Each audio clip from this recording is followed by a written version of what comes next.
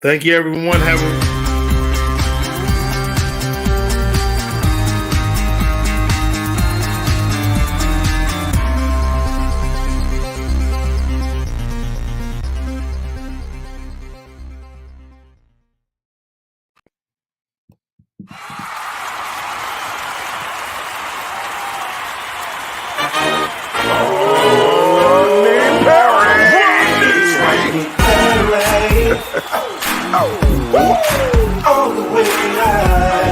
Get ready for America's #1 funny man. What? Hey. Make some noise. Ladies and gentlemen, from LA to New York, Chicago to Mississippi, let's give it up for America's #1 funny man, Rodney.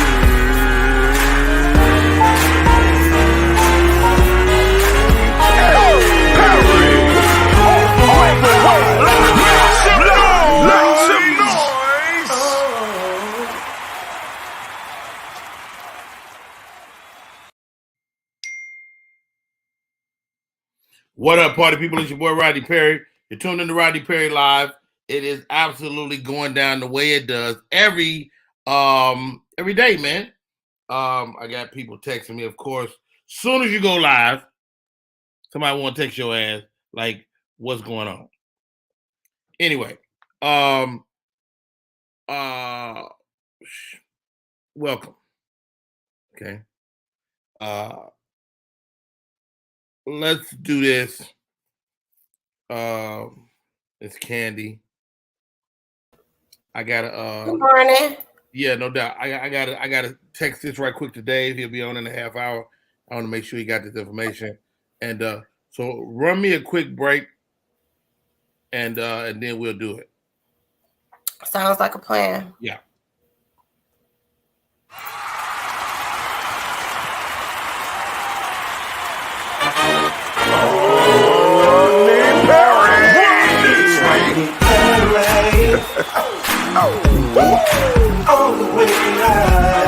Get ready for America's #1 funny man. What? Hey. Make some noise.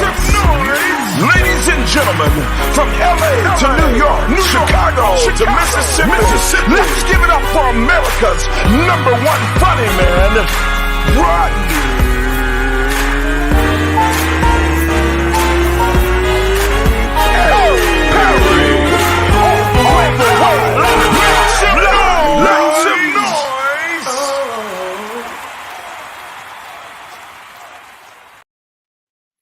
All right, we're gonna try to start over again. Forget it. Okay. I don't know what the hell we're doing this morning. First of all, thank you for tuning in the way you always do. Mad love, mad respect to the I got two of that nigga right there. God damn. All right. Sheila Davis, welcome to the show. Tanya L. Moore, always a pleasure. Lavinia. I think that's Tommy girl right there. David Burns, what's up? Watching you from Cedar Hill, Texas. Welcome, Texas, in the building. I'll be in Shreveport coming up. Had a crazy time last weekend in Ybor City, Tampa, Florida. Oh, my God. These people party like it's Mardi Gras every day. I said, man, I'm going to lay down. I can't do it no more. Crazy night. Got back home. The wife is out of town taking care of some stuff with her mom. And so, I'm with the kids, dropped Roxy off at school this morning. And this is what I know. You don't want to buy a sausage biscuit from Racetrack. Okay? That's what you don't want. Shit was horrible. I almost choked on it. It had no remnants of sauce, nothing. Anyway. Welcome to the show. My name is Rodney Perry. You're tuned in to Rodney Perry Live. My co-host for today, two of my favorite dudes. They don't even know. They don't know each other anyway. Welcome to the show. Cole Parker, what's up, brother? You muted. RP. It's always a pleasure, man. Cole came in and sat in with our brainstorming meeting this weekend. Appreciate that, bro. No doubt. That was dope. I'm ready for the next one. You know what I noticed as I was listening to y'all talk about, make suggestions. It feels like everybody kind of hate me a little bit. No, man, don't take it like that. You were asking for stuff that dealt directly with you about things that we know about you. All the nuances is part of it. Yeah, it hurts. Stop it. It hurts. No, it was great, man. Really great idea. A lot of good stuff coming down the pipe. You don't want a morning biscuit from Racetrack. One thing you ain't never got to worry about me doing is eating a biscuit from Racetrack. Even it seemed like the right thing to do. I had never seen it before. I was like, you know what? And it felt like I could throw it through a picture like a glass window. I've never seen an oven there. Now that you mention it. Ladies and gentlemen, super funny. One of my favorite sketches ever. This guy walks up to a homeboy, asks for some jumper cables. And dude's like, I got no jumper cables. He's like, nigga, you ain't got no jumper cables? Raggedy as that piece of shit is. Ladies and gentlemen, welcome to the show, Mr. Rob Love, funny in the building. What's up, Rob? What's up, everybody? Good morning, everybody. Happy morning. Happy Monday, man. Happy morning, man. Now, is that a virtual background or you in the abyss? I'm in the theater room, man. I'm in the movie room, chilling. I like that. That's how perfect lighting the whole nine. Only thing I asked if you could turn your phone sideways. I'm gonna try to do that. I did that, and then it just turned me like this. Hilarious. you probably got your. We'll figure out a break, but you probably got your phone locked. Let me see. So especially if you got an iPhone. Okay. Let me see now. On this page, one of them buttons. There you go. Stop right there. Rob Love has joined the show. Hey, we in there. All right, man. Let's get into it. We got a great show lined up for y'all today. Let's get right into it. I got Rob Love. I got motherfucking Cole Park. Excuse my language. I'm cussing. Why are you cussing right there? All right. Megan Thee Stallion paid Future $250,000 cash for his feature on Pressure Lickers. Is Future that cold? Yes. Future got more. Listen, Future got more albums downloaded and sold than Drake. Really? Yes. I'm so behind. I'm gonna put up the link for the RIAA that came through. Yes, he does. It's like 90-something million. It's stupid. Wow. Now Future is the one that got the baby, the Sierra's baby mama, right? Yeah. Let me come in here because what we not about to do is bash Sierra. Oh no, definitely. Ain't nobody. First of all, ain't nobody She's thinking being about quick like the beehive. Sierra hit the jackpot twice. Yes, like Sierra got the football player and Future. Can we say this? Just is Sierra's vagina wonderful? Oh gosh. Maybe her goodies are that good. I don't know. Maybe her goodies brings all the boys to the yard. That's Khalid. That's Khalid, right? But it still works. I've been calling that girl Kellis for 3 weeks. Who the hell is Khalid? Okay, Rob Love. We might be the same age, but you younger than me. It's Future. Is Future that dude?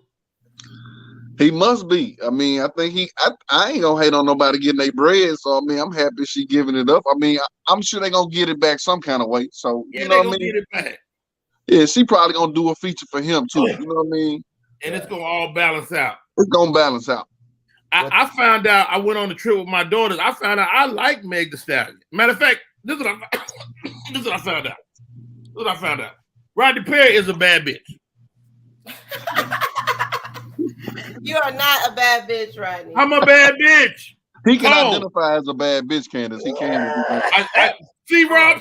That's why we. I want to be a part of this. Oh, you shut your mouth. I don't want to be a part of this. Let me tell you something, Cole. when your daughter gets a little older and start listening to all this bad bitch music, and you gonna be in the club like, Act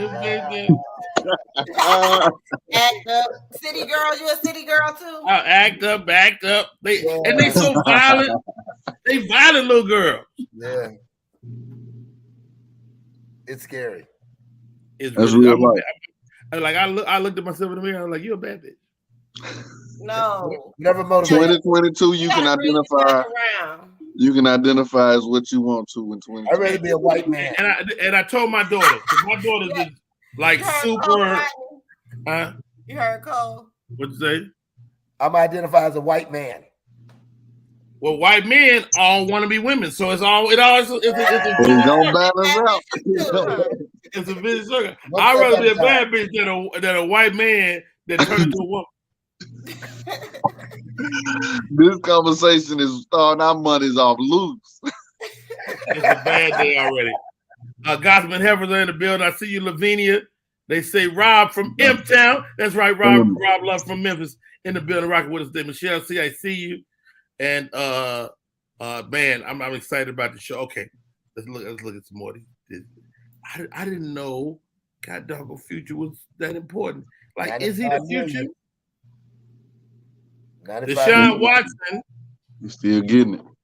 Deshaun Watson issues an apology to the women he has impacted after being accused of sexual misconduct.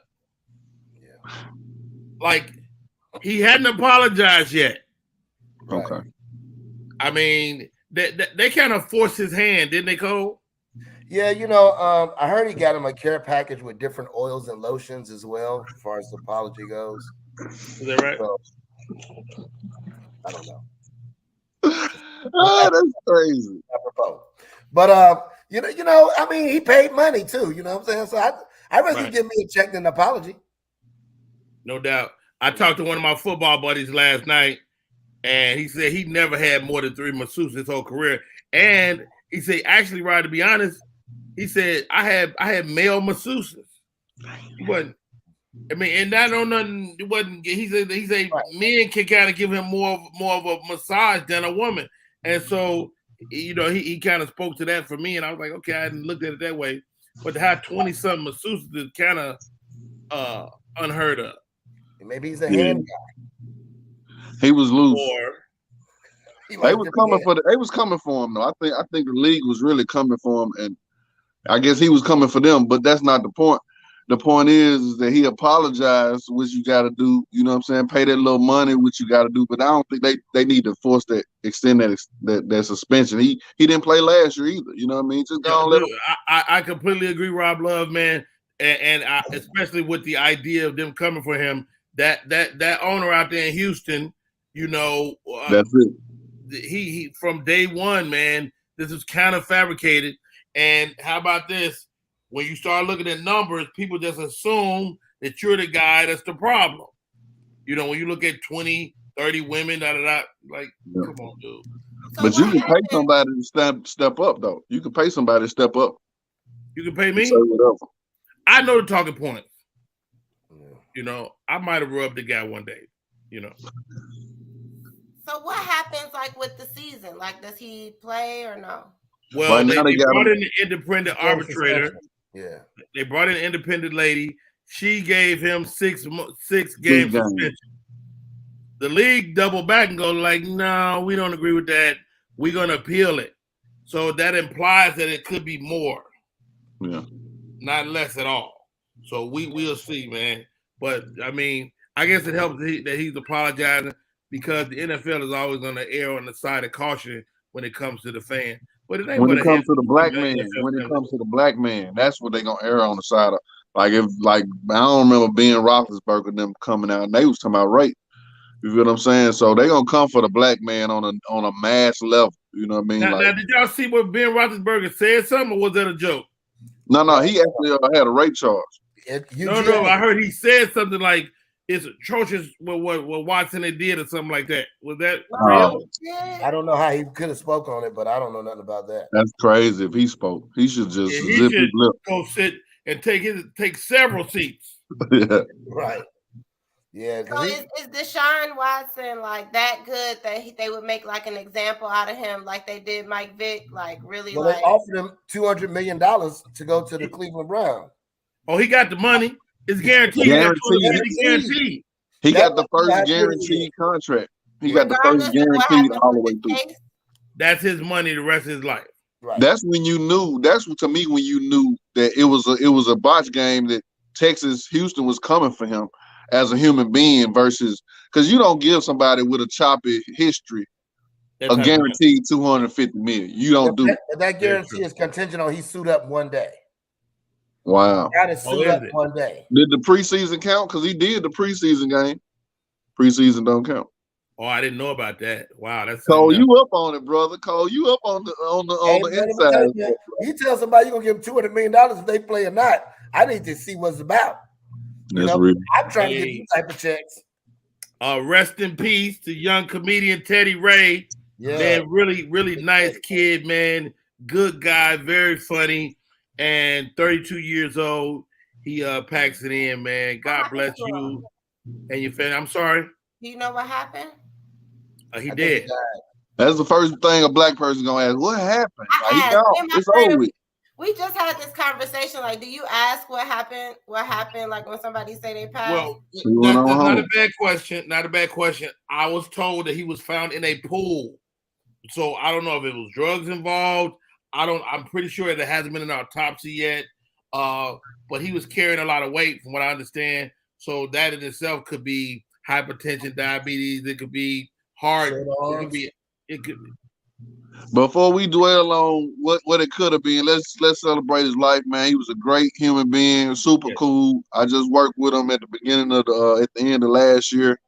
Real funny, down to earth, man. Positive dude. So, man, much love to him and his family, man. Brent Teller, his running mate.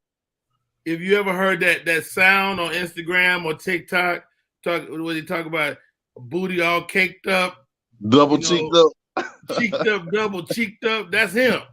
Yeah. And so, it's crazy. I was on Twitter and they was like, is it me or why don't I know this guy?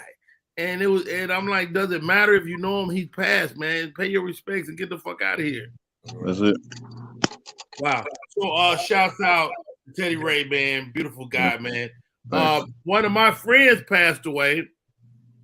Actress Denise Dowles. See if you can find a picture of Denise Dowles, Candy.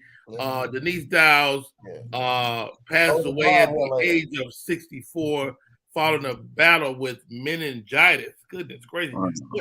What do meningitis do? Anybody know? I thought that was something when you don't brush your teeth that well. I don't know if that's true. Meningitis, no. I think it does. Like, I don't know exactly what it does. I have to look into it, but I do know that like with like these kids, like college campuses, like that goes really like spreads through those college campuses and stuff like that. Meningitis? Yeah. So it's inflammation of like a part of your head. It's called the meninges. Wow. It's caused by a viral or bacterial infection. Yeah. Oh wow. This dual screen work. I'm like, I see you on top of it. Be careful, Candy. I got 2 screens. I do too. I just don't be using them. But I do have a picture of her. Hold on, let me share it. Yeah, man. She and I've been friends with this lady many years. Not gingivitis, Hopgood.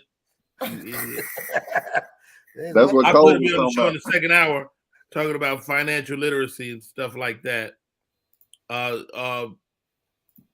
So you got a picture, Candy? It's Denise Dowles. Rest in peace, man. Such a great lady. She's been on a number of shows throughout the years, and she used to date a big time comedian. Cool. I don't know if I can say. Women love details. I mean, ain't like you can't say it now. I don't know if I should, man. It's none of my business. He not dead. He definitely not dead. She did. Put it in the chat. Just let me know. I want to know. I don't know, kid. You might go get out of here, really? I ain't gonna tell nobody. Because if you say get out of here, really, everybody. I'm not 100,000% sure. If the audience asks me enough, I may be persuaded to say it. Come on, I forgot to pick y'all name. Put spill the tea in the comments. Put spill the tea in the comments if you want Rodney to tell us. Right. Spill the tea. I like that. Spill the tea. Spill the tea in the comments. Spill the tea. Love it. Okay. Did y'all see this over the weekend? R. Kelly had a young lady say, hey, she pregnant. Jocelyn Savage claims that Kelly pregnant. I'm trying to figure out. Now, I heard the man is blessed, but is he shooting through the bars? That's awesome. If he can do it, that's amazing. First of all, he got conjugals with a infant. You got to be conjugals all married though, right? Have to be. Well, and she got to come with her parents, right? She got to come with her parents. She can't sign up for by herself. The girl is of age now. She's of age now, Rob. Oh, stop right there. Who she got to come with? She got to come with her parents. They got to sign the books for her and hand her over to her. Oh no! Rodney, we got people wanting to know who this person is. I see two people. That ain't enough. It's been about 5. 901 Live represent. I see you go 7. Hop good don't count. 901. How you gonna dismiss people at the same time? I got rules. Look. All right, let's go through a couple more stories. See how I feel after that. All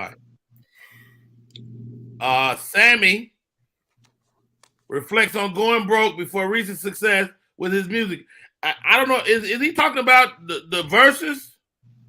Well, no. So Sammy was part of the Millennial Tour, which was a big tour for the B2K, the Pretty Ricky, Mario, Lloyd. They was all on the tour. And now he's part of a super group with Ray J, right? We talked Bobby about Valentino and Pleasure P. And they calling it RSVP. Based on the lead of their names. First of all, Sammy is dope. Sammy can sing. He can sing. Sammy can sing. Yeah. And so I'm excited for him. But it's crazy because you don't know people are struggling, man. He said that it took him 2,555 days before I saw my breakthrough. Blessings to you, Sammy, man. God bless you, young man. And I hope he can keep it together, man. Yeah, you definitely don't know what people going through. Yeah, man. Old Sammy. Sammy got a strong beard, but his face look young around it. Yeah. He got a loyal following too. I know some real still diehard Sammy fans. They'll one Sammy song that doesn't like the way you. Oh, say he don't know one. That's it. I'm sold right there. That's the only one I got. That's all you need though. If you can live off one hit. Yeah. You can't live off one joke, but you can live off one hit. Which is crazy, right? Well, it take more work, I guess. Yeah. You actually could live off one joke if you had to. Robin Hare's been iconized off of Baby Kids. Just 2, baby. He had a whole movie and everything. 3 people shot and injured at Six Flags Great America in Illinois. Goodness gracious, man. Hey, guys, tell me this, man. My guest host, Rob Love, Cole Parker, Candace is in the building. Is it guns or is it the people? Both. I think it's people without training. Okay. Break that down, Coley P. I don't think that you should be able to carry guns until you've taken a class to be certified in like a driving test. It should be like a gun test, Is your vision good? You know what I'm saying? They say I look like Q-Tip. I don't look like no damn Q-Tip, but if you're mad at him, I don't want to take his bullet either. You know what I'm saying? At all. So I think it should be like a vision test. It should be like a mental health test. It should be stages to get the license, and it has to be renewed. That's just my personal thing, It seems like the gun lobby, they don't want that for whatever reason, and they want people to just be able to walk into the store and buy a gun. I'm like, I don't know about that, dude. And we talking about semi-automatic and automatic weapons. I mean, Rob Love, man, what's your thoughts, bro? I don't care about the purchasing a gun so much, but the open carry law where people can carry them wherever they going. You know what I mean? Like I'm with Cole. I feel like we definitely got to have the mental check first. Let's see how quick your temper is. Let's see, do you have road rage? Because these type people just lose it in a snap, man. You know what I'm saying? That gun could be a reason why people not here no more. You know what I mean? So I feel like it definitely needs to be the mental check. And I'm not a fan of just carrying them anywhere. Like if you pop up somewhere with a gun, nah, bro, we already got security. You can go home or put that in the car. Right. Yeah. I just feel like the majority of the people that's doing stuff like this, like killing people at Six Flags, holding people up, they're not licensed gun owners. They're like getting these guns off the street. So there are just too many guns out here that people have access to that aren't licensed, that aren't, concealed. And how about this? If you got a handgun, you probably gonna miss. Right, unless if you ain't cold with a handgun, and you got proximity on your whoever you shooting at, you probably. But for your home, I like having a shotgun. If somebody go past clack clack, they supposed to get their ass shot. That's on them. It's harder to miss. Oh yeah, and it's less lethal. Look, man. Matter of fact, I got a new idea. Just give me the clack clack. I can put the sound on my phone, hook it to some speakers, and clack your ass all day. They might have a gun. Then you're definitely gonna be shot. Right. Look, I remember when they used to put it in the trunk. All the guns was in the trunk. Like that'll give you a time to run. You can calm down. Like let's make sure all the guns back in the trunk. Up under your tire or something. Let's go. Well, you got time to calm down. You got to go get that. Yes, sir. Yes, sir. Hey, y'all. The name of the show is Rodney Perry Live. I am Rodney Perry. My co-host for today, Cole D. Parker, Rob Love Funny, David. Take them glasses off, okay? David trying to read and see at the same time. Take them glasses off. Hey, y'all. When we come back, I get to talk to arguably maybe the hottest comic on the planet right now. Ladies and gentlemen, David Arnold pops in with us in a few minutes. Let's take a break, Ken. We come back. More show, and my buddy is coming on. Type 2 diabetes can have a big impact on your life, but how can it be prevented? Well, the first step is knowing if you have prediabetes, a serious medical condition that puts you at high risk for type 2 diabetes. 1 in 3 American adults has prediabetes, but more than 80% don't know they have it. The good news is, prediabetes can be reversed, and for many people, healthy changes in their daily routine can make a big difference. Take the 1-minute risk test today at doihaveprediabetes.org. Want your book or music to be published? Skip the confusion and rejections from others. Let bepublished.org publish and promote your work for less. Bepublished.org handles it all, from cover design to worldwide distribution, with high quality and fast turnaround. You even keep rights and royalties. Everything was perfect. You made my dream come true. My book and CD look so good. Call 972-880-8316 now. Bepublished.org. 972-880-8316. What up, y'all? It's your boy Rodney Perry. You're tuned in to Rodney Perry Live. It always does my heart good to see this young man. He's currently killing the damn game. Okay? Whether it's Fat Ballerina or It Ain't For The Week, or if he's trying to pace his damn self. Whatever he's doing is turning to gold. He's the executive producer over at Lele, little girl Lele. What's the name of the show? I don't know. He don't tell me. He's a writer, producer, director, all-around funny guy. Welcome to the show, Mr. David A. Arnold. What's up, Dave? Hey, what's up, man? How you doing? Did you say arguably the funniest guy doing? What'd you say? I mean, you're arguably the hottest guy on the planet right now, including Dave Chappelle, including Kevin Hart. You know what I mean? Yeah. Like you're in some rare air, Dave. Does it feel different? You know what it feels like? It feels like it's about time. That's what it honestly feels like. Right. Like, me and you've been friends for 20 years, and we have been talking about this for a long time and working very hard to be in a certain space. So when people ask me, how does it feel to like finally people, and I'm like, it feels like it's about time, because I know I put in a lot of work to make this, to make this little bit of acknowledgement that I'm getting right now happen. So I don't know, man. It feels good. It feels good to know you somewhere where you where you feel like you belong and you can sustain it. I think that's the Right. best thing. That's Exactly. It's not a that's the flash in the part. pan.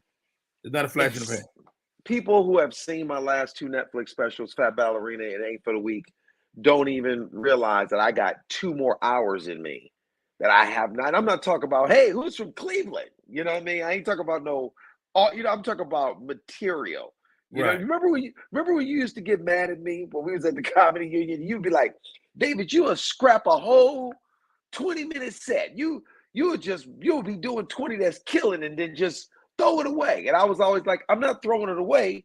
It's once it's done, and I put it away, and then I start working on another 20. And I've been doing that under the radar for 25 years. Right. Like, you know what I mean? Like, think about all them nice, like, just like it's bits that you have that I've seen on your specials that people ain't seen.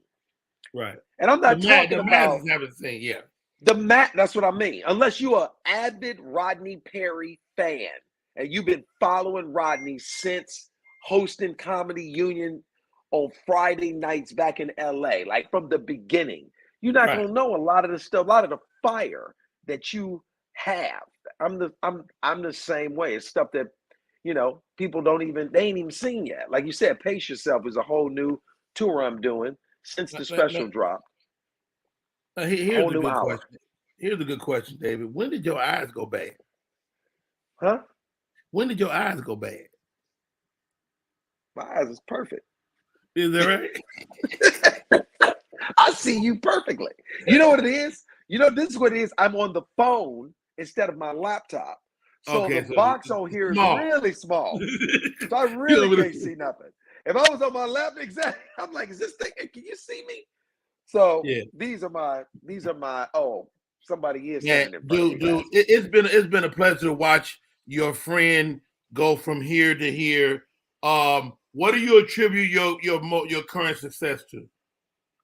Me and working and grinding. Like I want to thank me. I want to because you know what, man? It's so crazy that I'm here at Martha's Vineyard right now, right? And I'm getting ready to do this comedy festival all this week. And, you know, this is where all the black people, the affluent black people come. And I've never been here. You know, Julie and I are here, and I've never been here. And to walk down the street every 5 steps to get stopped by everybody. Man, this special. Man, this, you know, it feels good because I know I've done the work. Right. That's like literally, and you know what's great about it too?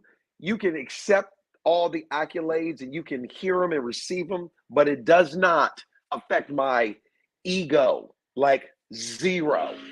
But you say the work, man, for the young comic that'll see this. What do you mean? What is the work? The work is everything that makes you uncomfortable about anything that makes you uncomfortable being on stage. Oh, I don't like performing in front of all white people. Oh, I don't like performing in front of all black people. Oh, this crowd. Oh, I don't like talking about this, or I don't really like hosting, or I don't really like closing, or who's going up in front of me, who's going up, like all that shit. None of that can be a thought in your head. You got to work every single day. If you want to be a comedian, you got to be able to exist in all spaces at all times, no matter what, black, white, rich, poor, old, young, all those are different demographics. And I was very good at when I had a set that was working, I would take it and run it in front of everybody. Comedians, you know, it's too many comedians. Man, I'm closing. I'm a headliner. Are you? Or can you just talk for 30 minutes? 20 minutes ain't stand-up comedy. Hour and 20 minutes is stand-up comedy. That's a performance. I might push back a little bit. Anything over 55 minutes, you just like to hear yourself talk. Okay, let's do that. Let's say an hour. Right at 60, yeah. But here's the thing about 60 minutes. So just let me tell the people this. When you go to film a special, you need to be on that stage for an hour and 15 minutes minimum, because you're going to cut some of this shit out. Right. You know what I mean? Like if you're doing 55, overshoot your mark. Right. Every special that I have, I've cut 20 minutes out of it. Every one. And it wasn't because it wasn't good. It was just like when you got to get it down to an hour. So there's jokes that, bits that just don't make it.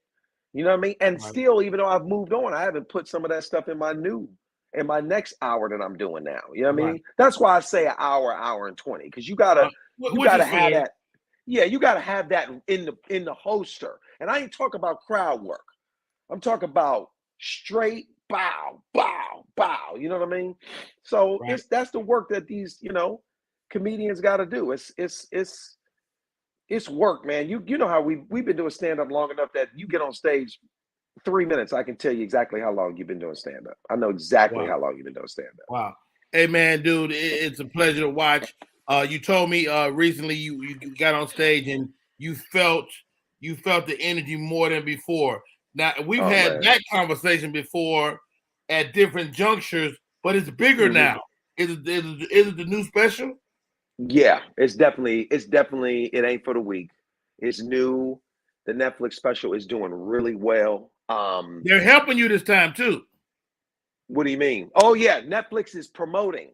The first Fat Ballerina was not a Netflix original. It was an acquired project. It was an independent of mine that I financed, directed, edited, put up, and did it all myself. And that one broke the top 10 and did really well. But this one has been promoted by Netflix and Live Nation, who is doing my tour and stuff. So of course, it's on platforms that ain't never been on before, and it's getting seen by people that ain't never been seen, that has never seen it. So yeah, man, when I walked out on stage. I think I was in Charlotte last week or 2 weeks ago, and since that was the first performance I've done since the special, and that explosion of like when you come to the stage, I've been doing this for 28 years. I've never felt that. And I was blown away by it. And then you told me this. I remember when I was in Atlanta preparing to do It Ain't for the Week. And remember at the end of the shows, I would get standing ovations. And I would be like, all right, thanks, and leave. Because I didn't want to stand there just you said you got to stand in it and you got to let those people celebrate you. And it was very uncomfortable for me to do that. Very uncomfortable for me to just stand there and be like, yes, clap for me. Clap. I am the shit.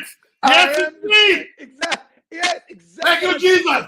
Yeah. Exactly. And it just feels weird. But when you told me when you framed it like that, it makes sense. It's like, Dave, you robbing these people of their moment to thank you for the work you've done. Wow. And I'm better at standing there. Even when I go out now, I stand there for a second and I take that reception, because I've seen Monique get that shit for 20 minutes on the walkout. It's insane. Crazy. It's insane, but it feels good for people to love the special and know right now that I'm about to walk out on stage. And a lot of them said it to me after the show during meet and greets. I just knew we was going to hear some of your other material, because I'm doing a whole new hour and 15 minutes now. Wow. Yeah. Hey, y'all, this is Rodney Perry. You're tuning in to Rodney Perry Live. We're talking to David A. Arnold. If you leave out the A, you're going to get a white man. You go get the white man that does the soundtracks for James. The white man got to explain his shit nowadays. He got to go, don't put no A in it. It's so funny. He's a huge soundtrack composer for James Bond and all the movies. Yeah. And literally, he hit me one time and we laughed about the fact that, I said I didn't know I composed soundtracks. And he said I didn't know I was a funny black dude. Right? Love it. So it was funny. Let's do this, Dave. Let's take a break. We come back. I'm coming clean, y'all. I'm coming clean. I've never told David Arnold this thing. I'm about to tell him after this break, and we're going to bring my co-host in to ask the question. No. Coming clean. No. Take a break, Candy, so I get my mind together. SM Marketing Communications is not only a marketing communications company. They also provide web content management, social media marketing, video and audio production, advertising, not-for-profit marketing management, and community outreach and engagement. Want to learn more about SM Marketing Communications? Call area code 314-339-7662. That's 314-339-7662. That's SM Marketing Communication. Do you love sports? Then you should know about STEM. Because maximizing nutrition, analyzing peak muscle performance, calculating the perfect shot, and more are all made possible by science, technology, engineering, and math. In fact, there are more careers than ever in sports science. So if you have a passion for sports, then think about getting involved in STEM and improve everyone's game on and off the field. Get inspired at SheCanSTEM.com. We are back. My name is Rodney Perry. You're tuning in to Rodney Perry Live. We're talking to the great David A. Arnold. Okay, Rodney. I'm sad to say this, David. I really am. Oh, God. But for and this is way before both specials. Okay. We've been talking about this for many years, about one of us not jumping the gate before the other. But nigga, I looked up, Dave, and your ass was this high over the gate. And I'm like, this nigga just jumped, cleared the gate. He's actually flying. And no bullshit, dude, for nigga, 10 minutes, I was jealous. Nigga, a whole 10 minutes. I was like, motherfucking Dave gone. Motherfucking Kevin dumbass and left me. I'm back here in the hood, nigga. I'm at the projects. Me and JJ from Good Times is over here. But you know what? More than that feeling, it's a feeling of pride, because you also made it more attainable.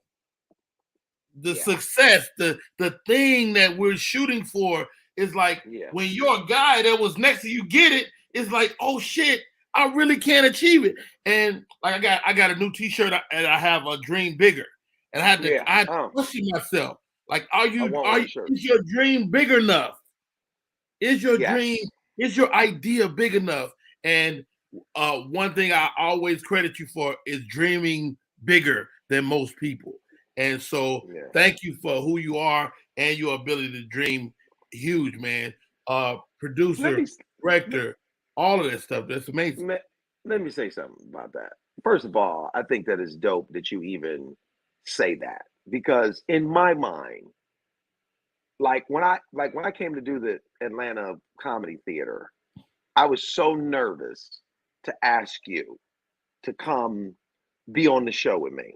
And I didn't want to use the words open for me, because I feel like you are, people who get a chance to watch you perform are in for a treat. You've always been, like, every interview I've ever done, people go, who's your favorite comedians? And I fire off the Richard Pryors and the Bill Cosbys and the people that, like Jerry Seinfeld, those are always consistently my three people that I mention, right?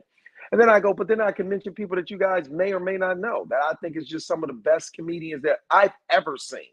And your name is always one of the first names that I fire off, because it's so funny that you talk about you having a moment of envy and jealousy which is a natural thing for all of us to feel, because it's okay to feel that if you feel that and that emotion fuels you to do other shit. You know what I'm saying? Instead of blaming and being mad, but if that envy fuels you to go, oh, I'm about to go, then that's okay. When you hosted the Comedy Union, you were on Friday nights.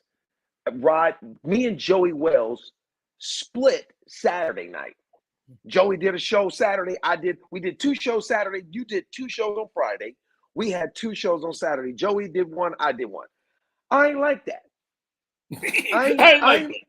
I didn't think, I was like, well, I got to share night, but Rodney got his own. Like, we all have been in places where the other person is at what I consider a healthy competition to make you want to work harder. When we did what was it? This is so funny that you said this, because we did the Bay Area Comedy Competition together. This was 2004. Yes, this nigga, let me tell you. We didn't do it together. Rodney Perry, let me explain to you what happened. We did not do the competition together. I did it like 2 years before you. No. Let me explain, because I'm telling you right now, I will never forget this. It was 2004. I think it was the year you won. I didn't win in 2004. Okay, whatever. It was just much later. Listen to me. We was on this thing together. Right, okay. Rodney, listen to me. We was doing the comedy competition together. We had these little, you make a round, make another round. Then we got to like the last round before the finals. And when I tell you, me and you made it, I made it, you made it, I made it. It was the next step, right? The last step. And when I tell you I didn't make it, and they called your name, and when I tell you, you hit me with a smooth elbow in the back as you was running up to that stage, I went, and I said, wait a minute, we was two peas in a pod. Up until they called your name, and I sat there, and this nigga put his elbow in my back to get on this. And you went on to win the competition eventually. You won the Bay Area comedy competition. I was jealous. I didn't like that. I did. 2 years later, I took second. Yeah. I lost to D. Militon. And that was the best that I ever did. That was 2004. That was I won in like 2002. I took second in 2005. Right. Well, 4 or 5, yeah. Yes, I took it in 5 because I got the little plaque sitting in my office. I blame that on Chris Spencer. Yeah, it's his fault because he told me to do a joke that I shouldn't have done. I hadn't done the whole competition. Threw it in there because Chris said, and that was that one joke that got complete silence. Nothing. It was one of the things. Damn you, Chris. That's exactly what I did in the middle of me performing it. I died, nothing. But so I want you to know that I respect you. While you say I felt this thing, I felt that thing from you so many times. You have been my pain. You've always been right. You've been when I met you, you was in the big room at the Ice House, opening up for George Lopez, and I was in the small room at the Ice House closing the shows. Like we've always been right next to each other. And this ain't gonna be no different. It's the same thing. And we are still working together. October 1st, right here in Atlanta, Georgia, man. I couldn't be prouder, dude. I swear to God, Dave. The only reason I said what I said is I want you to know that feeling is not there. And I'm proud, dude, like to call you my friend and to watch the success. And, thank you, man. And I'm gonna bring my co-host in, but October 1st. I want to also add what you have done. 1st? Huh? What's happening October 1st? You started and you didn't finish it. Oh, well, hold on, David. I'm running some shit. I'm doing some shit. October 1st, at the Brookhead Theater, David Arnold headlining, he's pacing himself because he may fuck this up. Okay. I tell David, please don't fuck this up. Please. No. But I'm super excited about that. And Rodney's gonna be performing with me at the show. So please, yeah, man. If you don't like me, come see Rodney. I'm gonna sneak on as many dates as I can with the great David Arnold. I cannot wait, man. And still just knock down, drag out funny. And how about this? It's always been there. You know what I'm saying? Like, it ain't like what the world is seeing is brand new. I'm like, this motherfucker been funny. And been doing some of these jokes that that grandfather bit that everybody's talking about from my special. I did that joke at the Comedy Union 15 years ago. Easily. And I got shit in my bag that y'all always like, nigga, when you gonna do that shit again? Exactly. When it's time, I'm gonna do it. Exactly. Joining us, Cole Parker, Rob Love. What up, Cole? What up, Rob? What up, David A. Arnold? What up, David? David A. Arnold, man. Candace Okoye is in the building as well. Hey, what's up? Rob Love, you got anything for Dave, man? I definitely do, man. It was a dope to hearing y'all conversation, man. Healthy competition, I think that's important. In the comedy frat, as I call it, you know what I mean? Just having people that push you to be more successful or push you to go harder. Dave, my question is, so in those moments where you felt like you should be further along than you were, What is your advice for people who feel like that they aren't at their where they should be kind of situation? My advice for people who feel that is to use that to fuel you to do something. Because man, there's been many a times when I felt like I wasn't, like you said, I wasn't where I'm supposed to be. Here's the thing, it's always gonna be something. You ain't gonna never get to a place where you just go, all right. Like even now I'm getting ready, I'm out, we're developing a TV show for myself, right? It's a family show, dad, married, with what my stand-up is, what my stand-up has always been. Yeah. Now they're talking about the landscape in Hollywood is all work. They all want workplace comedies because of Abbott Elementary. They ain't really buying family stuff. It's always something. Yeah. So you just get a mindset to go, I'm going to keep doing work. When they say that, I go, well, you know what I can do? I can work on this until that becomes, you know what I mean? Until that becomes a reality or whatever. My stand-up, writing, all the producing, all the stuff that other things, that other skill sets that I've developed over the years. It's always going to be something. If you feel like you ain't supposed to be where you're supposed to be, what happens is when you get where you want to be, you're going to look back at the times when you thought you should be there and going to realize I wasn't ready to be there. Wow. That's the part. Like, that's why I was telling Rodney, being here, people knowing me in pictures, and can I get all that stuff that's happening now. It's great because you work really hard for people to know who you are and what you do, but it don't fuel my ego and move me like that. I'm too old now to believe. I've seen too many people get less than this and lose their mind, especially us black people. We'll get a little bit of something and think, and next thing you know, this nigga got sunglasses on at night inside a restaurant. It's like, nigga, I need you to take these glasses off. Did you not? I did have a sunglass phase. You had to blow me up like that day. So it's just, everything happened when it's supposed to happen, but you just gotta know it's work. It's real work to get. Cole Parker, what you got for Dave, man? Well, first of all, I've had the pleasure of kicking it with Dave a few times. So my man. That's it. But man, I love seeing your success, man. I love the blow up, man. Rodney being a good friend of mine, I get like front row seat with a lot of shit, which makes it cool. I love during the pandemic how you carried us through with your family. Dude, it was some funny shit, man. Thank you, man. Excellent timing. That was excellent timing, bro. I'm glad it gave you a place for personality and personality, and how even your family supported you through it, even reluctantly, But I feel like I know Julie and the girls now. You know what I mean? But it's a great day, man. Like I said, congratulations on everything, brother. It's so funny. We're in Martha's Vineyard right now, and there's Union Street, I think is the name of it. And we were is it what, Julie? Circuit Street. And we were which is where everybody is. It's just packed, right? Right. And me and Julie walking down the street. When I tell you, people rolled down the window no less than a few times, yelling, "Julie!" Not David. No, they didn't. Right. Rodney, when I tell you they yelling Julie is hot. Julie is, let me tell you something. They don't give a Julie was famous before both of us. Julie was famous. It's unbelievable. So you're right.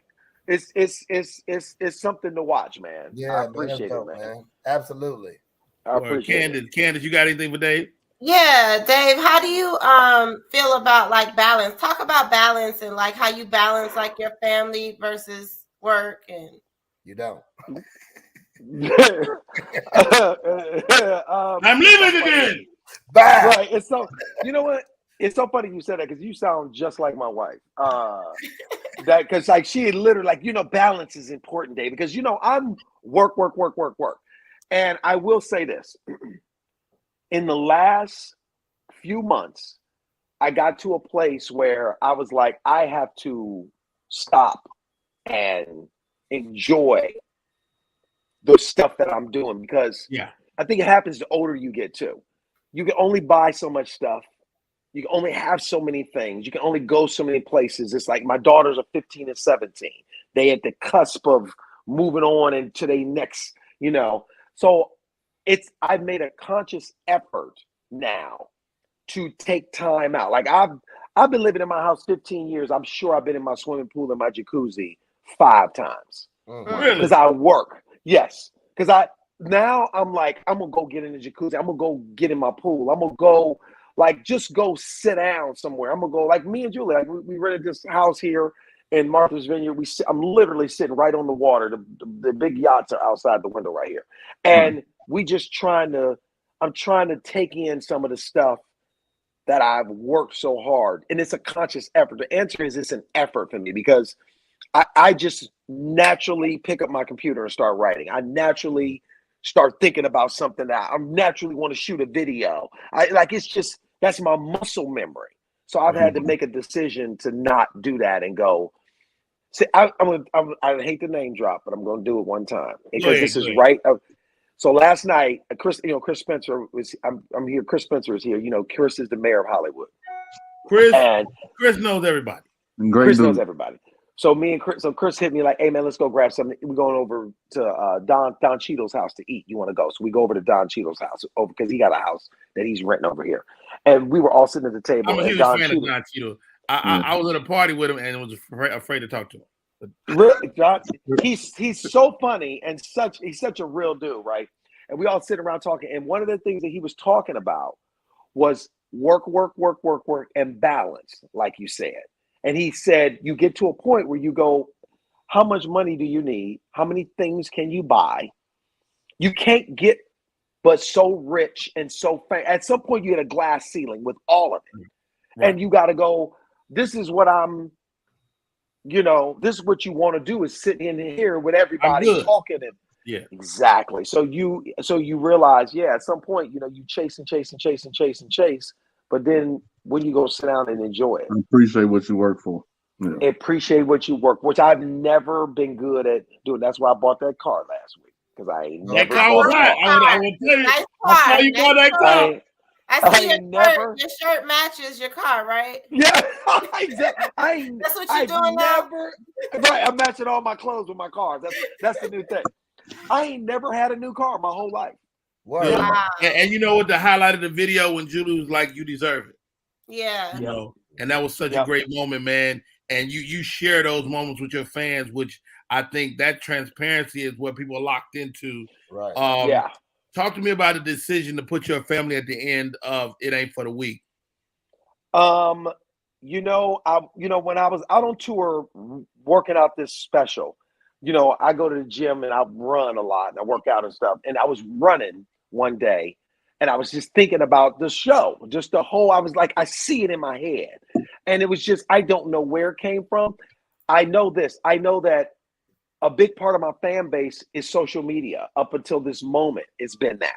And I knew that this special was going to get a platform that it had none of the other ones have had. And I knew this was going to be big. And I just thought, you know what nobody has ever done? Because comedians were very selfish. We want to do it. We did it all ourselves. We stand on that stage for however long we stand there and we do it all just us. Ain't no band, ain't no group. But it just made sense to me to show because I knew we were going to do a documentary as well, is how we sold it to Netflix as well. And I was like, why not bring out the people because my wife and my kids are the thing that brought a lot of attention. And I knew how popular Julie was, and I knew that they would react the way they are reacting. I knew that it would be a thing. So I was like, I want to bring my family out because nobody has ever done that. So I said, I want to do something that I know nobody has ever done in a special. And when I tell you that is one of the biggest things that I get response to from everybody that I meet is when you brought your family out, I was done.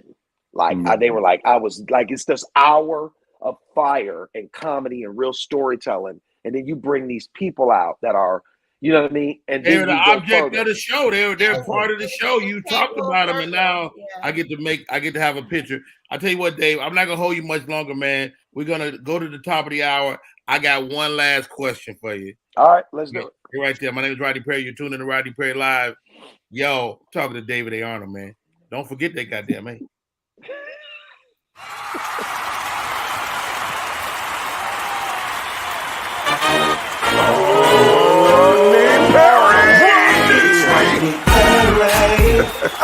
All the way live. Get ready for America's #1 funny man. What? Hey. Make some noise. Ladies and gentlemen, from LA to New York, Chicago to Mississippi, let's give it up for America's #1 funny man, Rodney.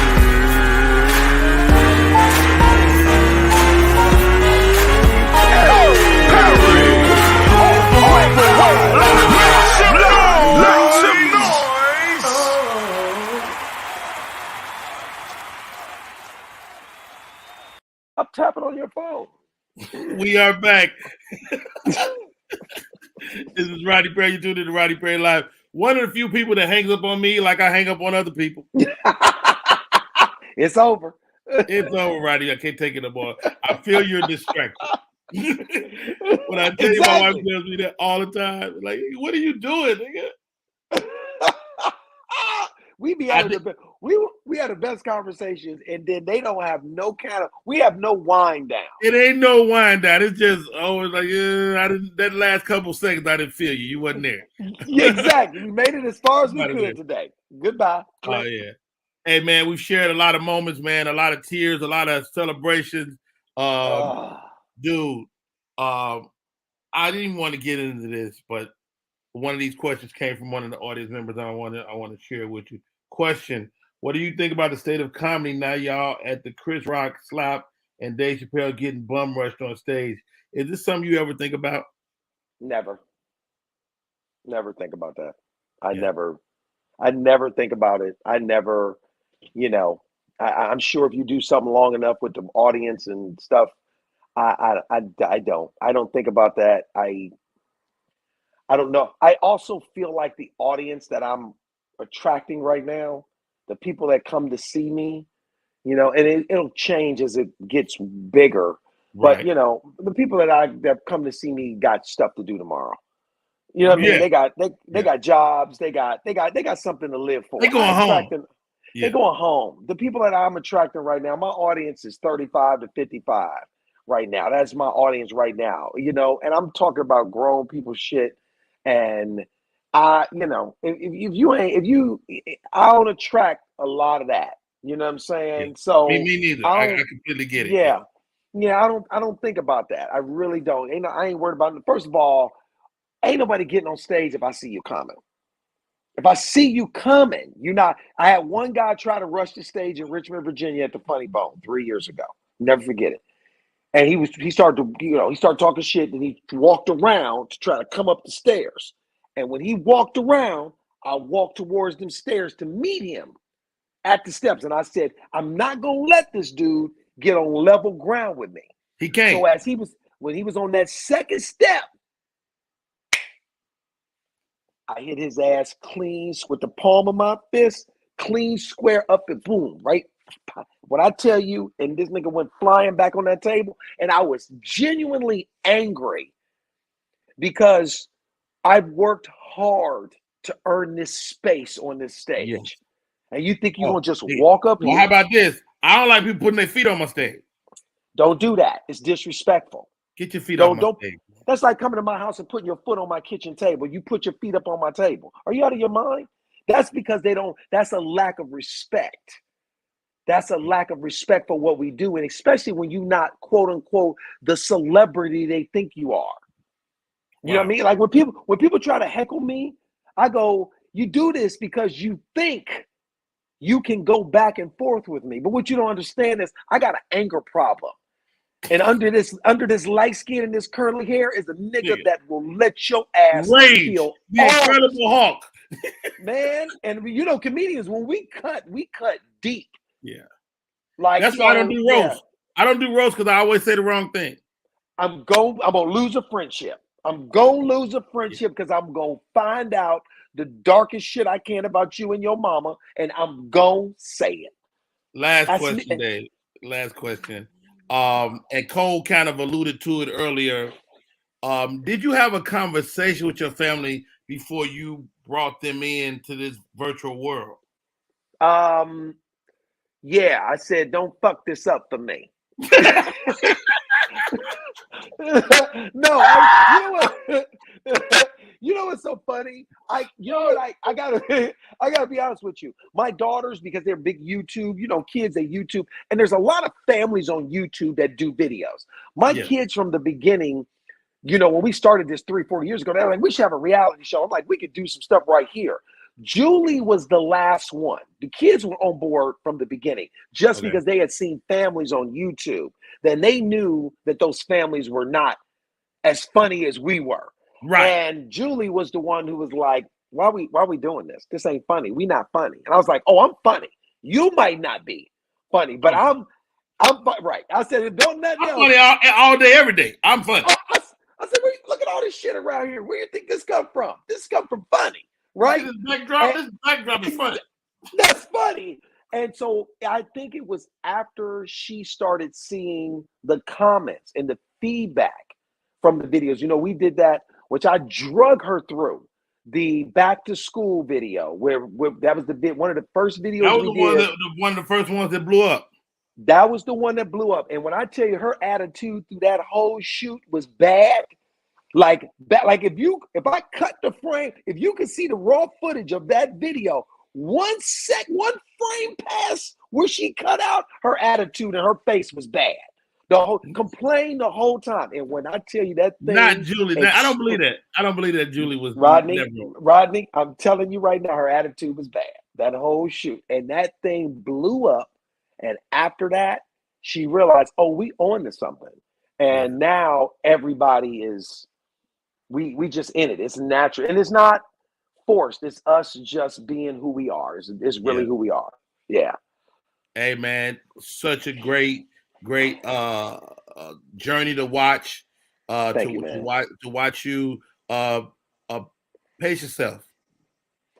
That's the name of the new tour, man. DavidARnold.com for tickets. We got 20 cities, 15 between now and the end of the year.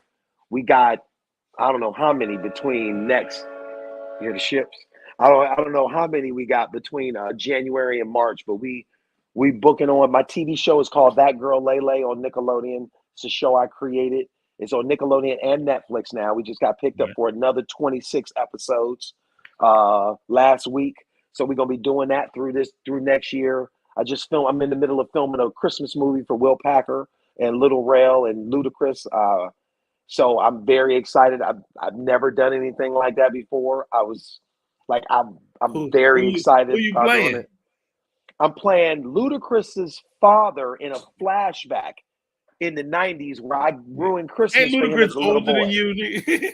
Right, but this is like 1990, and he's thinking about when he was a little boy and his dad ruined Christmas, and I get in a fight with Santa Claus and knock him into the tree and burn out there. Perfect casting. Yes. Oh, wait, this dude is an asshole. I'm not gonna lie to you, but real talk. Tim Story is the director. I've never worked on a real movie like that, and so. It's a small role, but I'm so thankful for it. I'm so excited to just be there. You know what I mean? And man, I'm really just trying to be in the moment and enjoy this, because this might be the biggest it ever gets. So I need to be thankful for where I'm at, man, and I am. Hey, if it gets no bigger, then you'll be a bigger nigga. That's right. I don't know how that sounded. I don't know what that meant at all. Anyway, you did good right up to that. I was cooking, Anyway, hey man, thank you, David. Hey, I love you, Rodney Perry. Hey, you tell Julie I said hi. I know she right there. She right there, right off camera.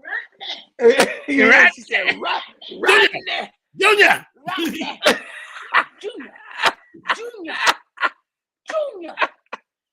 She always. That's gonna be Julie's favorite joke every time. Why she looking at him all the way on camera? She said she looking at Junior. Larry Tapp Jr. Larry Tapp Jr. Tell Junior I said it's the funniest joke to this day. Oh my God. All right, man. I love you, bro. We love you. Hey, thank you. Have a great day, man.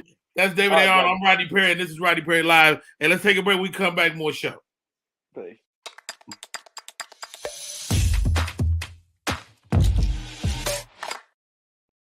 What up, y'all? It's Michael Sean, and I know you want to be a podcaster.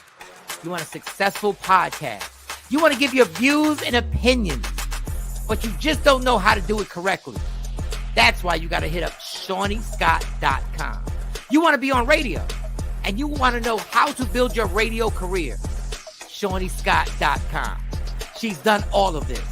I've worked alongside her for years, and I will tell you the information that she can give you is on a value level that I can't even put a price on it. All you have to do is go to ShawneeScott.com. Your future, right now. That's it. Michael Sean. Yeah.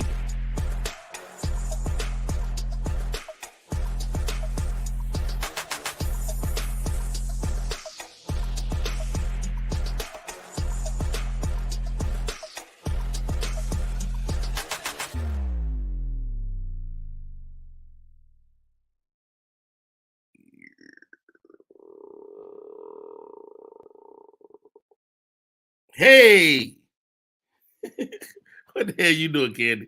Hey, y'all, we are back in full effect. My name is Rodney Perry. You're tuned in to Rodney Perry. Thank you to my friend David A. Arnold coming on the show today. Very dope. My co-host, Cole D. Parker, Rob Love Funny. Man, what was y'all takeaway? What's your thoughts? Oh man, that was dope, man. I love seeing friendship on camera. You know, it's like it's so much authenticity in it that it makes it fucking amazing. You know, outside of the damn stories that y'all probably could have talked about for fucking hours. You know, it was still some dope ass shit right there just to even see that. And because you and I have a personal connection, I really know how authentic that is when you say certain things about seeing how your friend is on the stage right now. And when he said this may be the biggest it ever gets, that took me back. Like, shit, appreciate the fucking moment. That's really appreciate the moment, man. And that's my takeaway. And regardless of where you are, appreciate that. Appreciate because that may be it. And that's one of the things that got me out of that funk I was in with Dave, right? Is that I was like, are you serious? Like, you got kids you put through college, you got kids in the military, you bought a home, you got cars, there's a lot of people who swap places with Rodney Perry. How dare you? Right. How dare you, sir? Right. And so that's the step back, man. And it's a blessing, man, to tell jokes for a living, regardless of what level. And we lost a great guy like Teddy Ray, man. And just for us to know that young man's name is remarkable. So, Rob Love, what's your thoughts, man? That's what I took into account when I was thinking about Dave, and when I was listening to Dave, and he was talking about how, you know, he was appreciating where he was, and I was like, you know, because it might not get any bigger. I was like, Teddy Ray didn't know where he was gonna finish at. You know what I'm saying? We don't know where we're gonna finish at, so it is about appreciating the moment, and I think that's a big takeaway because, you know, this comedy journey. You constantly trying to get better. I'm on stage 7 nights a week, constantly working, constantly writing, constantly thinking. You know, it is self-absorbed to some degree. And then, you know, you do have to take time to appreciate those around you. You know what I mean? It was dope, Julie popping in, you know what I mean? Just to see that progress and growth. You know what I mean? I'm a big David Arnold fan, man. So much props, man. Dope conversation. And that's my buddy, just like you and Reggie Jr. been right there. We was right there. And so to watch your homie, your real homie get success is unreal, man. And you know, and I try to make it my business to even reach out when I see you do something fly. You know, I call you like, yo, Rob, you own to something. That wave cap and that cigarette, you own to something. And that's dope. That's why you deserve some flowers too, man. I just want to make sure, man, you one of the most down to earth, iconic human beings in my comedy career, just because you do reach out, you do offer support, you do put us up on game, you know what I mean? And it ain't, you ain't selfish with it at all. So the fact that you even shared that you felt the way a little bit, you know what I mean? That just show your realness. But the thing is that ain't the overpowering feeling. The overpowering feeling is joy and pride for your boy. And that's how I feel with my guy Harold King doing some big things. So just got to be proud of your people when they progress, man, because it's all going to come to you too. Everybody's tough right there. So I tell Dave that I'm going to put your picture on the YouTube where people can see that you was on. He sent me this. That's some light skin ass shit right there. That's the Albie Shore pose, wasn't it? Was that Albie Shore pose? Speaking of Albie Shore, let's send our prayers out to the Albie Shore family. He is currently ill. I just had a text yesterday, and he's battling some serious illness. So let's send a prayer toward the Albie Shore family. And this is not him. Much love to Albie Shore. Yeah. David said, put this picture up. I'm not doing it. I'm not gonna do it. I might do it. It depends on how I feel. Anyway, outfit. Hey, I'm trying to get casted. I'll put it up. Let me put it up. Let me get casted in the movie. I'm not gonna let you do it either. I'm not gonna let you do it. Hey, this weekend, Helium Comedy Club, Buffalo, New York. Terry King is in the chat. Terry's gonna be with me. I've never been to this club. I'm excited. I like going to new clubs because that means I get the motherfucker put my foot all the way in there. That's it. What's up, Alfreda? Yeah, what was I about to say?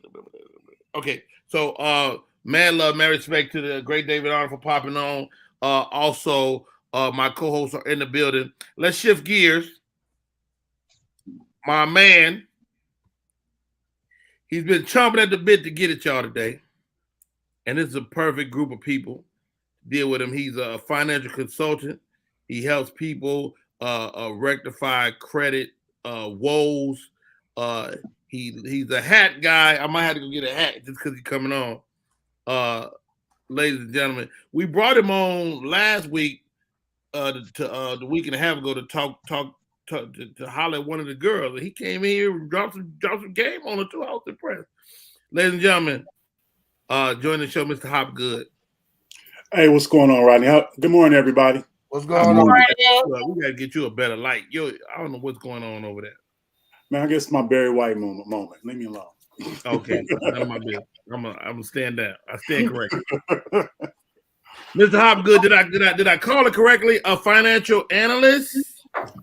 Well, I like to call myself a credit restoration and life coach. Okay. You literally have to. So what are we talking about today? Well, it's a little. I was sitting there. I'm always studying. So I was looking up some stuff, and I discovered something that was really alarming. Have you ever noticed, like on every corner, there's a Chinese restaurant or a nail shop or a hotel? And no disrespect to any minorities. Shout out to all the minorities that come over this country and make America great. But you know what? You always see it. And if you frequent them enough, you see different people running it, but you see the same establishment. Okay. Have you ever noticed that? Absolutely.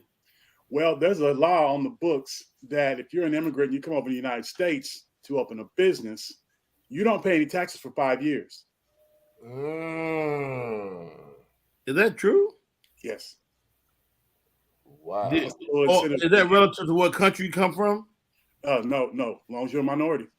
I mean, as long as you're an immigrant. Really? Yes. Mm-hmm. Now, here go to Kappa. So let's say that me and you are brothers, Rodney, and the parents send me over to get the business established. I get it going. Then you fly over to help me. I transfer the business in your name, and the clock restarts. 5 more years. And you can do that unlimited. Wow. So there is African Americans are in a virtual monopoly game. You know how you start out with Monopoly and you got some money and your whole goal is to get around there, get you some property, do you some traveling, and put some houses and hotels on property and pray to God you don't go to jail. We're literally in a cycle like that, but instead we don't start out with any money. We're pushed back. We're redlined, and a lot of these things that we don't even get the opportunity to be a part of. Okay. And that's why I come in at. Okay, so what can we do? I mean, because you're not going to change that.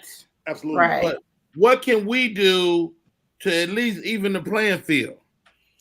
First and foremost, I stress this, we learn financial literacy. And sometimes when there's something that we don't know about, we tend to shun it away or we don't want to talk about it.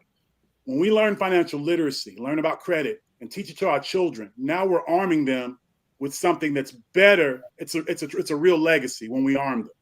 So we study up, get our credit in order, because then that causes us to be able to get better employment, where we can make better wages, make better decisions with our money. If we want to be an entrepreneur, we can strike out, and we already got a foot in the door.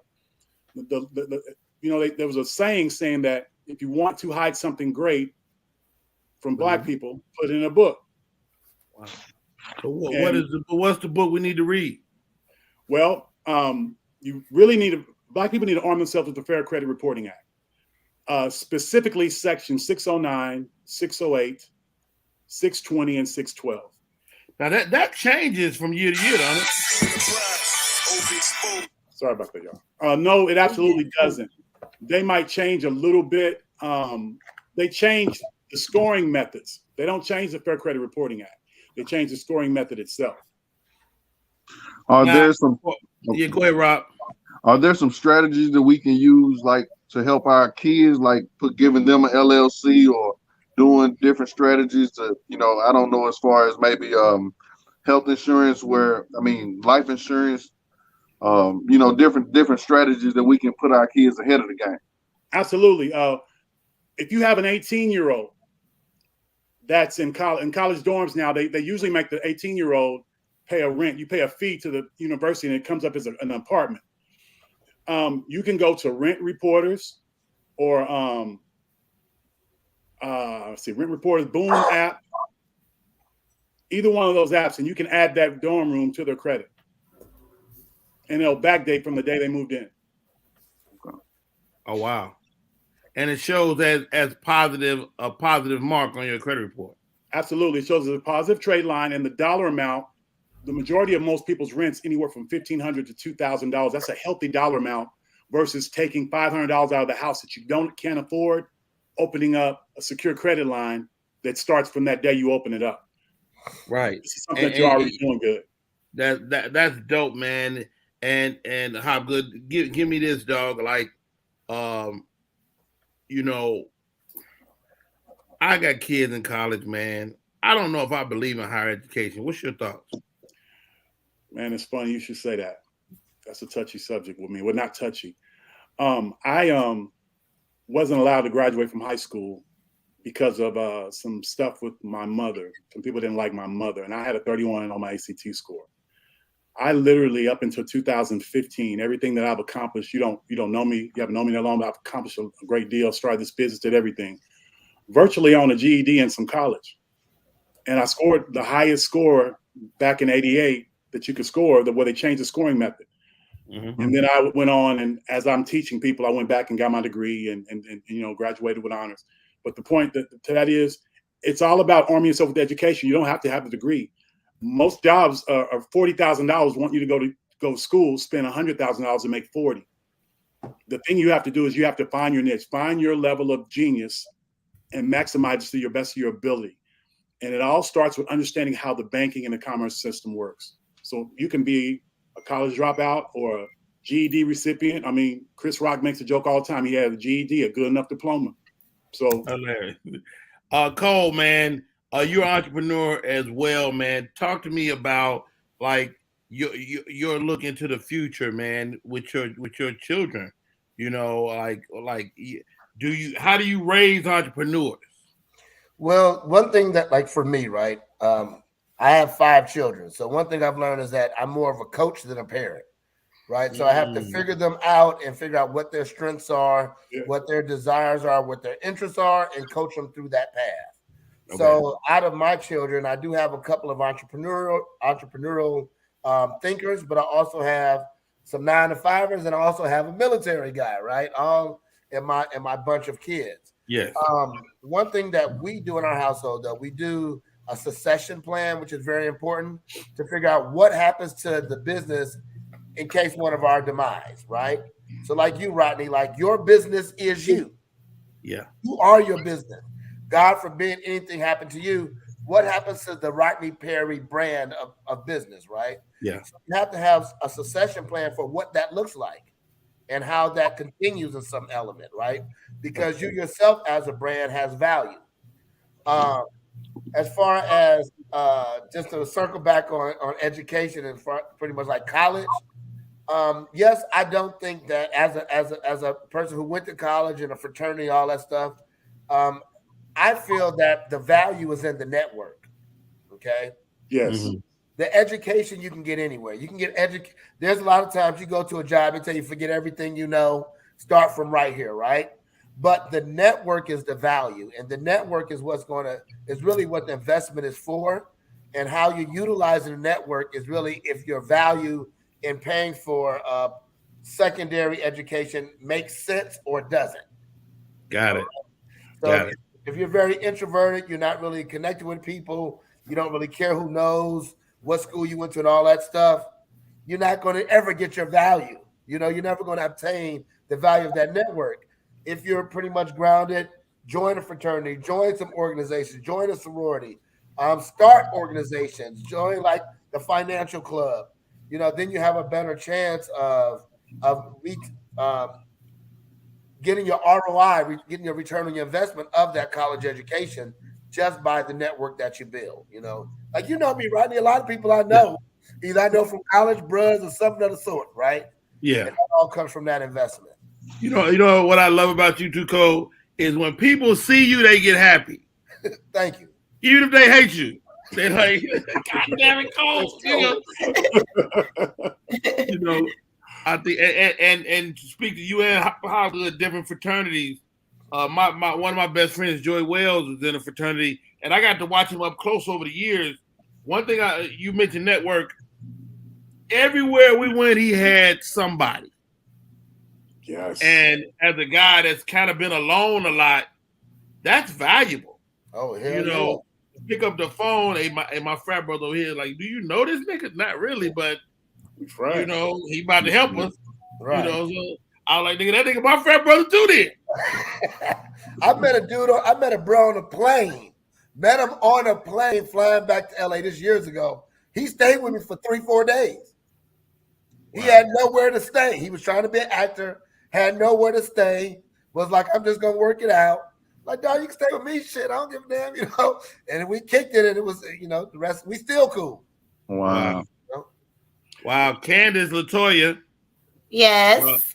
Candace, you're in real estate, which was a lateral move for you.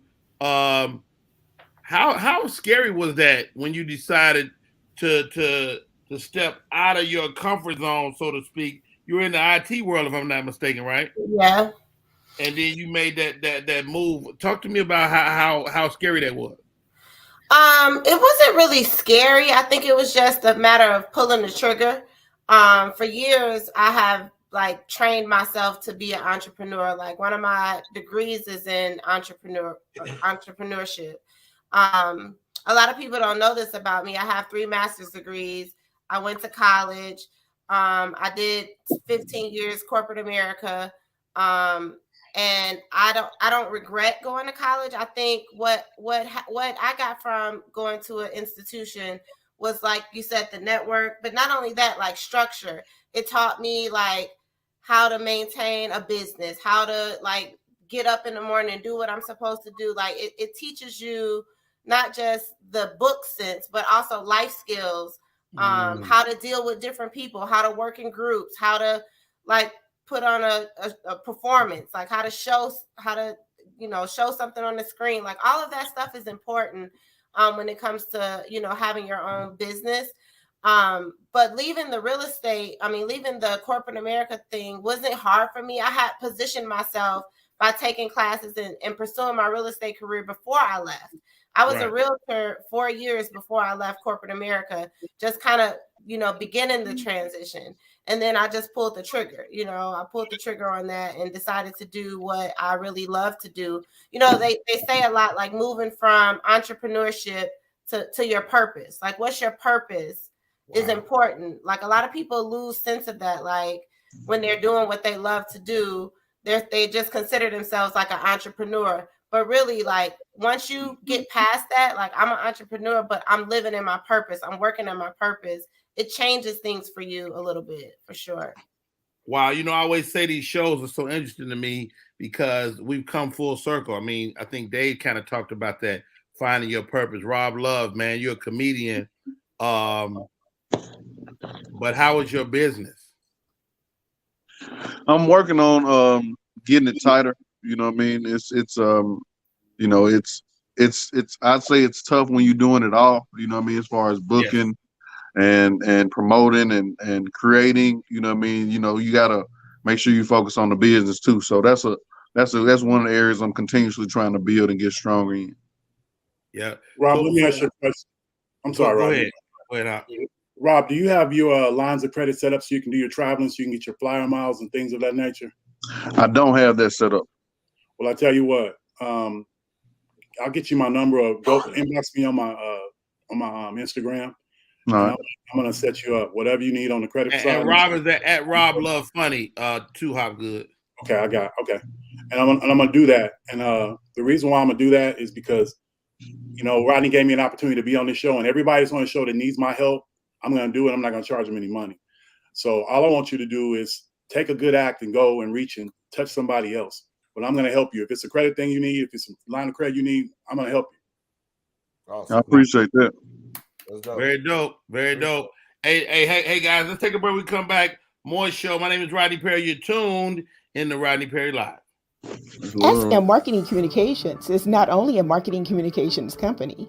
They also provide web content management, social media marketing, video and audio production, advertising, not-for-profit marketing management, and community outreach and engagement. Want to learn more about SM Marketing Communications? Call area code 314-339-7662. That's 314-339-7662. That's SM Marketing Communication. Do you love sports? Then you should know about STEM. Because maximizing nutrition, analyzing peak muscle performance, calculating the perfect shot, and more are all made possible by science, technology, engineering, and math. In fact, there are more careers than ever in sports science. So if you have a passion for sports, then think about getting involved in STEM and improve everyone's game on and off the field. Get inspired at shecanstem.com. All right, guys, we are back in full effect. Thank you, Mr. Hopgood, for rocking with us today. Cole Parker, Rob Love. Y'all, wow, man. All right. Got a couple of questions for y'all before we get out of here. Comedy Hype. Our friends over at Comedy Hype got a new game. And I'll ask y'all a few questions and see what y'all knowledge I'm winning today. All right, Candy. Good luck. First question. You guys say, if you want a chance to answer. That's the buzzer call. Oh. I didn't know what we was doing for a second. Sound like Juvenile or somebody, huh? Here we go. Master P. What was the name of the magazine that Khadijah on Living Single worked at as an editor? Flavor. Who was? Flavor. Hopgood. What is it? Flavor. What? Magazine. It was Flavor Magazine. Hopgood, you got 2 points. Whoa, I could go from 1 to 2 quick. All right. Next question. What sports activity does Lil Duval partake in during his Smile music video with rapper Snoop Dogg and Ball Jeezy? Oh shit, Rob Love. Smoking weed. That is incorrect. Sport? I didn't know that was a sport. If you with Snoop Dogg, it's a sport. Cole might go to the Olympics. I'm buzzing in. And you gotta say and. I said it. No, you say it like you mean it. There you go. All right. No squeeze, no pull Candace. Basketball. Oh my God! Did you just say basketball? Yeah. That's wrong as hell. I suck at this game. Anybody? I guess. Okay, guess from Cole. Okay, let's go with golf. Golf. That's what I was gonna go with. All right, roller skating is the answer. Wow. And we're moving on. Nobody gets those points. That's a sport, Rodney. Hey man, I'm just telling you what they said, man. Okay. Name the sitcom. Shh. Not while I'm pouring. Family Matters. Whoa, that's 5 points for the man with the hat on with the red bottom. Wow. Dude, I had no idea, and I had the card in my hand. I think Hopgood got this game at home. Hopgood does look like he's been cheating. All right. Name the movie. It feels so lovely to be here. Give yourselves a round of applause.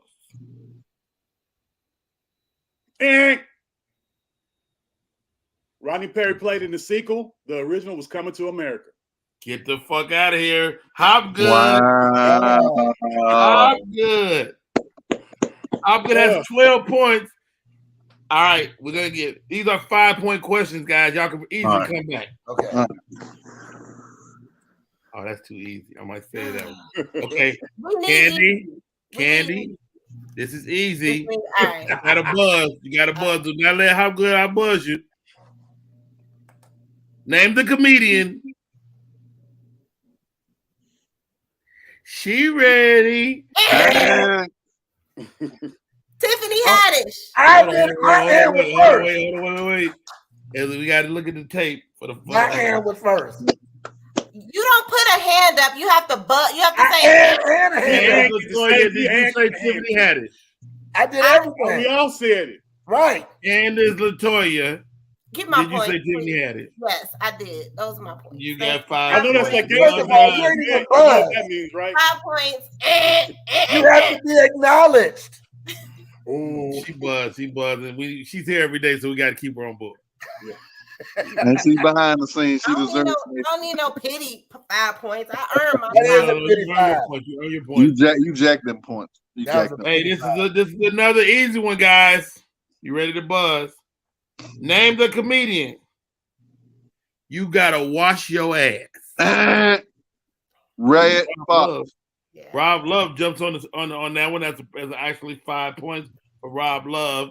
I took the candy pack. Fox also had a joke. He said, "Your breath smells exactly like your ass." Exactly.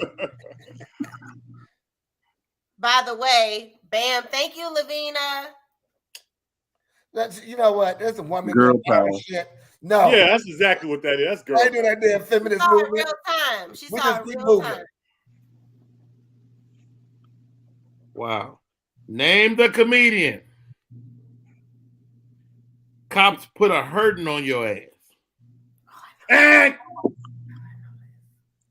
the great Richard Pryor. Wow. Also known by his nickname Dick. Wow, Hopgood can't be caught, but let's just do 2 more for the sake of Cole getting points.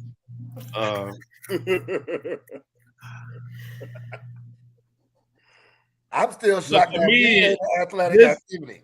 This comedian is known for being a hero in Jordan Peele's directorial debut.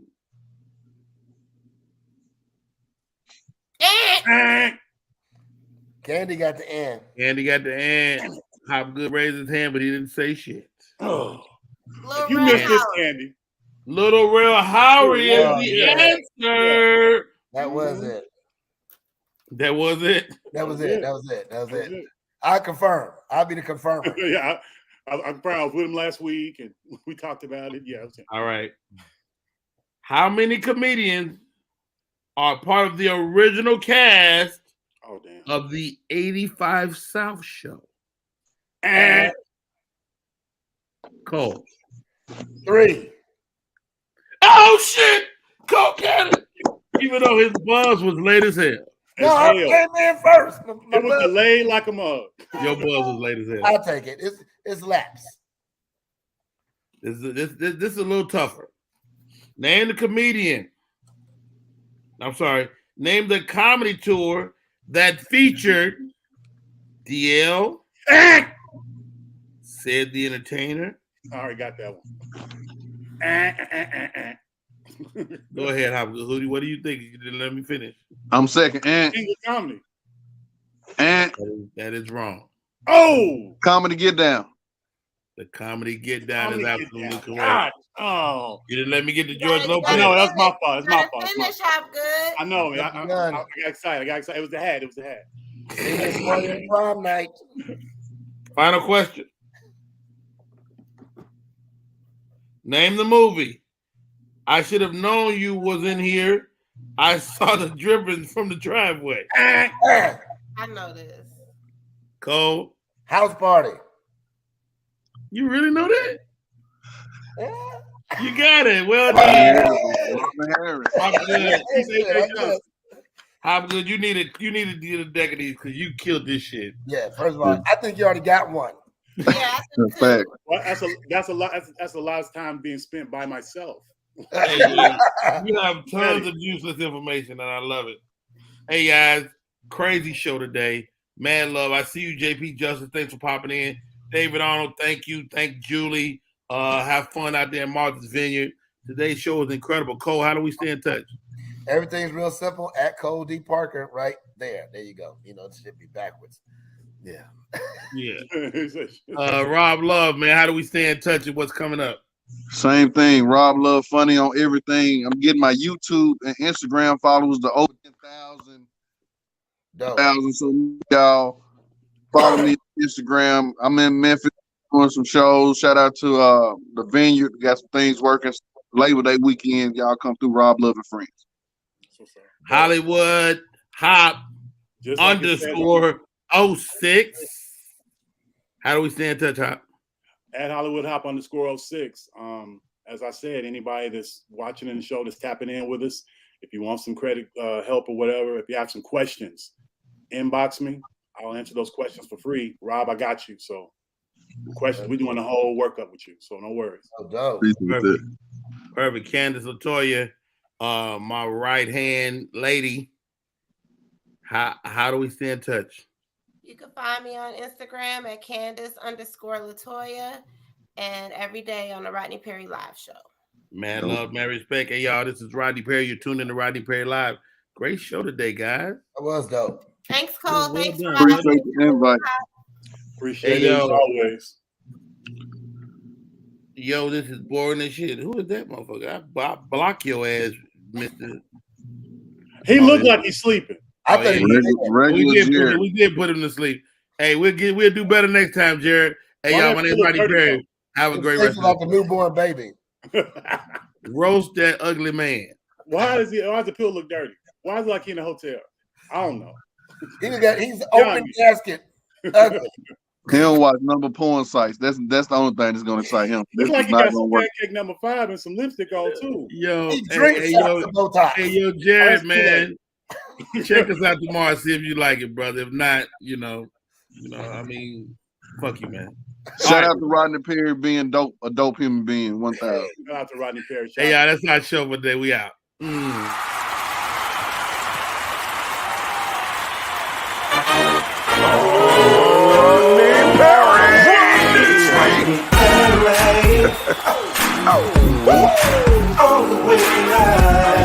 Get ready for America's #1 funny man. What? Hey. Make some noise. Ladies and gentlemen, from LA to New York, Chicago to Mississippi, let's give it up for America's #1 funny man, Rodney.